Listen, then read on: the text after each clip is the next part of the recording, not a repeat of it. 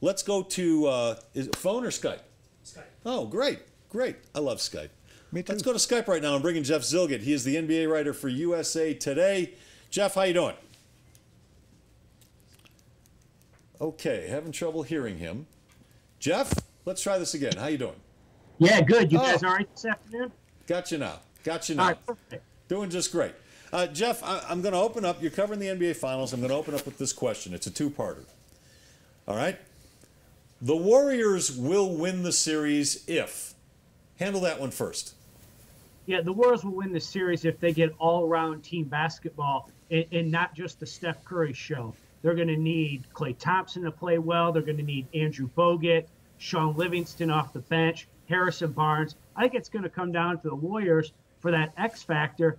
And the second part of my answer to your two-parter is they're going to have to make LeBron James work defensively. I know Golden State's been good defensively all season long, but playing LeBron James in a 7-game series comes with its own set of difficulties. And if they can minimize what he does offensively, that's going to give the Warriors their best chance to win this championship. All right, well, the second part of that question is the Cavaliers will win the series if. They're going to need Kyrie Irving to be as close to 100% as possible. He's going to open up that offense for them. What we can expect, look, what we take for granted when LeBron James has 25 points, 8 rebounds, and 8 assists, and we think that's the norm, when so many other players would love to have that stat line just once. They're going to need Kyrie to open up the floor a little bit, and that's going to make things easier for those secondary players like Iman Shumpert, J.R. Smith, Tristan Thompson, and Timofey Mozgov. Let's continue on this, Woody, Jeff. Les's theme here, since he seems to be a college professor, let's do true or false. Because I like easier questions than fill in the blank. Jeff? We're going to ask you to write an essay. True or false? You're in a Hyatt hotel in downtown San Francisco. False. Looks like he's in his office. It looks like a hotel curtain back there. Oh, it is a hotel. It is a hotel curtain, but not a Hyatt. Okay, St. Francis, true or false? Okay, I won't give you multiple choice, true or false, or an essay question. But I've wondered about this. We heard earlier from someone who says there's no villains in this series. Does the NBA Finals need a villain in order to make it more interesting? Do we need a trash talker, somebody that's going to create problems? Or can we get through this series and just concentrate on basketball? Well, I think there is a little bit of a good guy, bad guy, and Steph Curry being the good guy, LeBron James being a little bit of the bad guy, and I think Draymond Green is going to take care of that trash talk, and he's going to assume that sort of villain role as the series goes on.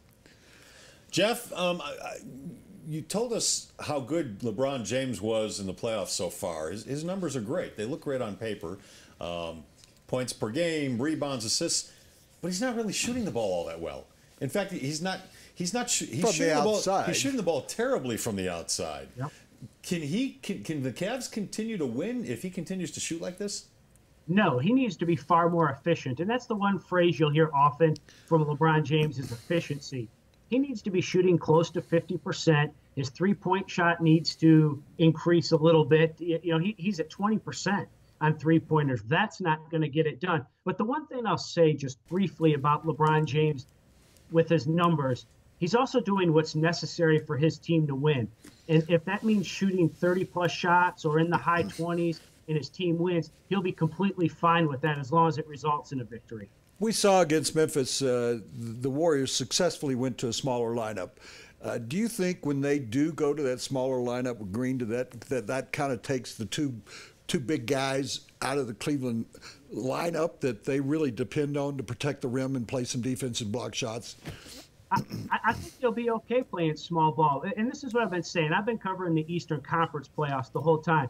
But if I'm the Cavaliers and I'm going to be out there with Kyrie Irving, Iman Shumpert, J.R. Smith, Tristan Thompson, and LeBron James in small ball, I'm going to roll with that. In fact, that's the only lineup the Cavaliers are probably going to use for the most part in that situation. I'm completely fine with that, and I don't think Golden State has a huge advantage in that scenario right there. Hey, Jeff, Golden State has the home court advantage here. Phenomenal crowd there night after night, very, very loud. Cleveland's crowd is extremely enthused as well. I'm wondering, despite the fact that Golden State is going to have 4 of the 7 games if it goes that far, does home court advantage mean anything this series? No, I'm going to stick to what players and coaches say about this. The home court advantage means something if you get to a Game 7. Both these teams in this playoffs have proven that they can win on the road, they can win at home, and I fully expect before this series is over that each team does win a game on the road. So where the home court advantage comes into play is you want Game 7. But before that, the home court advantage doesn't mean a whole lot. Do you expect tonight, and I have surmised, and maybe I'm totally wrong here, that because of the layoff, that no matter what kind of work you get in against yourself, that it's going to be an ugly first quarter, maybe an ugly first half, while teams sort of get back into the rhythm they were in? I think there's a little bit of truth to that, Woody, and I'll put a couple points on that. Is one, Kyrie Irving has barely played in the last 2 weeks. He had a 20-minute stint in Game 4 against the Hawks. And then Klay Thompson is shaking the cobwebs, figuratively anyway, from the concussion. And so right there, those 2 players who are key factors for both teams, that's going to add a little bit to that sort of rust factor you're talking about right there. And I expect both teams, even beyond what you're talking about, it's almost going to be like some heavyweight fighters in the opening rounds, sort of feeling each other out, seeing what the other team wants to do. Jeff, does USA Today allow you to get into the prediction business? Can you give us a prediction on the series?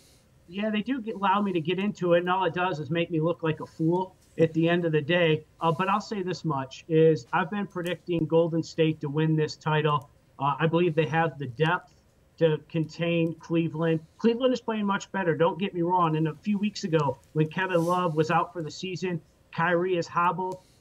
I thought that this would maybe be a 4 or 5 game series.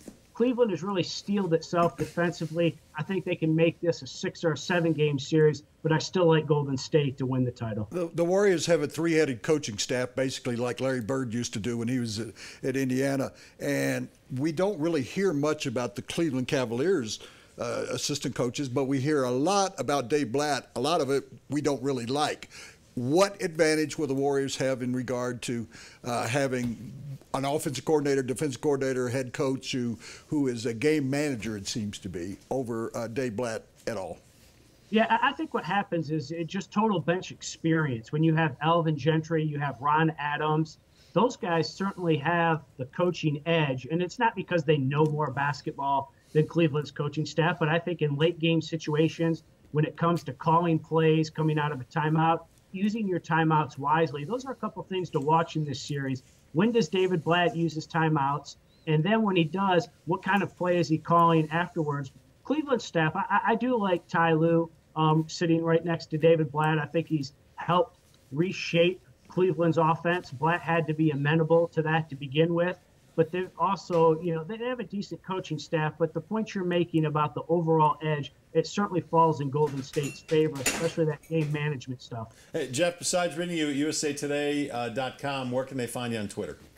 Yeah, at Jeff Zillgitt. It's a real simple one, and that's where people can go to find my tweets and my work, and they'll be good to go. Beautiful. Yeah. And we're going to let you go so you can order some room service and have it brought up to that beautiful suite you're staying in before tonight's game.